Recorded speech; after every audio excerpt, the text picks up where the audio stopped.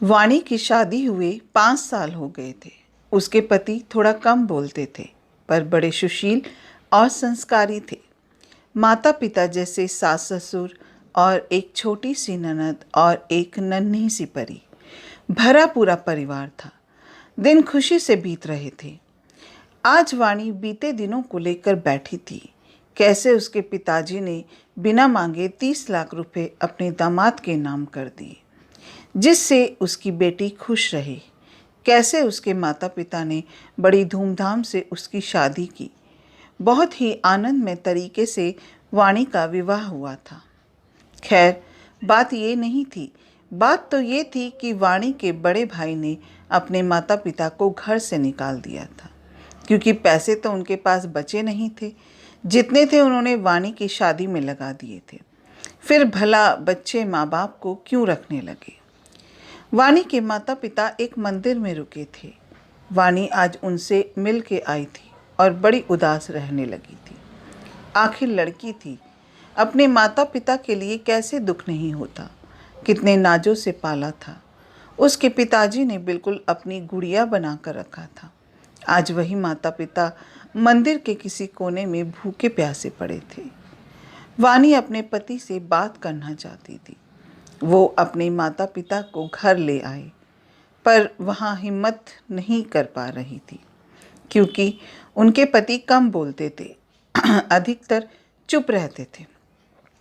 जैसे तैसे रात हुई और वाणी के पति व पूरा परिवार खाने के टेबल पर बैठा था। वाणी की आंखें सहमी थी। उसने डरते हुए अपने पति से कहा, सुनिए जी, भैया भाभी ने मम्मी पापा को घर से निकाल दिया है। वो मंदिर में पड़े हैं। आप कहे तो उनको घर ले आऊं। वाणी के पति ने कुछ नहीं कहा और खाना खत्म करके अपने कमरे में चला गया। सब लोग अभी तक खाना खा रहे थे, पर वाणी के मुख से एक निवाला भी नहीं उतरा था। उसे बस यही चिंता सता रही थी, अब क्या होगा। इन्होंने भी कुछ नहीं कहा।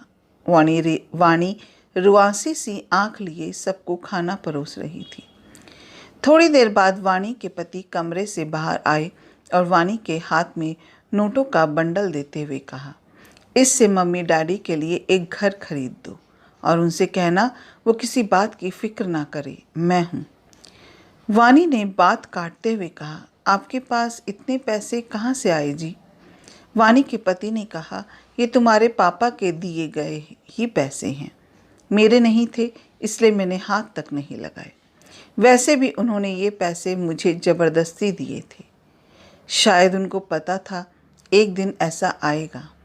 वाणी के सास ससुर अपने बेटे को गर्व भरी नज़रों से देखने लगे और उनके बेटे ने भी उनसे कहा, अम्मा जी बाबूजी सब ठीक है ना। उसके अम्मा बाबूजी ने कहा, बड़ा नेक ख्याल है बेटा, हम तुम्हें बचपन से जानते हैं। तुझे पता है, अगर बहू अपने माता पिता को घर ले आई तो उनके माता पिता शर्म से सर नहीं उठा पाएंगे कि बेटी के घर में रह रहे और जी नहीं पाएंगे। इसलिए तुमने अलग घर दिलाने का फैसला किया है। और रही बात इस दहेज के पैसे की, तो हमें कभी इसकी ज़रूरत नहीं पड़ी, क्योंकि तुमने कभी हमें किसी चीज़ की कमी नहीं होने दी। खुश रहो बेटा, कहकर वाणी और उसके पति को छोड़ सब सोने चले गए। वाणी के पति ने फिर कहा, अगर और तुम्हें पैसों की ज़रूरत हो तो मुझे बताना, और अपने माता पिता को बिल्कुल मत बताना घर खरीदने को पैसे कहाँ से आए। कुछ भी बहाना कर देना, वरना वो अपने को दिल ही दिल में कोसते रहेंगे। चलो अच्छा, अब मैं सोने जा रहा हूँ, मुझे सुबह दफ्तर जाना है। वाणी का पति कमरे में चला गया और वाणी खुद को कोसने लगी। मन ही मन ना जाने उसने क्या क्या सोच लिया था। मेरे पति ने दहेज के पैसे लिए हैं, क्या वो मदद नहीं करेंगे। करना ही पड़ेगा, वरना मैं भी उनके माँ बाप की सेवा नहीं करूँगी। वाणी सब समझ चुकी थी कि उसके पति कम बोलते हैं, पर उससे ज़्यादा कहीं समझते हैं। वाणी उठी और अपने पति के पास गई माफ़ी मांगने। उसने अपने पति से सब बता दिया। उसके पति ने कहा, कोई बात नहीं, होता है, तुम्हारी जगह मैं भी होता तो यही सोचता। वाणी की खुशी का कोई ठिकाना नहीं था।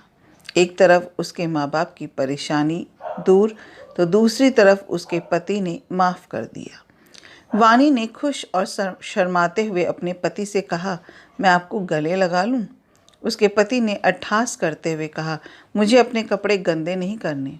और दोनों हंसने लगे और शायद वाणी को अपने कम बोलने वाले पति का ज़्यादा प्यार समझ आ गया। अपना कीमती समय देने के लिए दिल से शुक्रिया। अगर आपको ये कहानी अच्छी लगी हो तो एक लाइक कीजिएगा, शेयर कीजिएगा और मेरे चैनल को सब्सक्राइब करना मत भूलिएगा। फिर मिलते हैं एक नई कहानी के साथ। जय हिंद।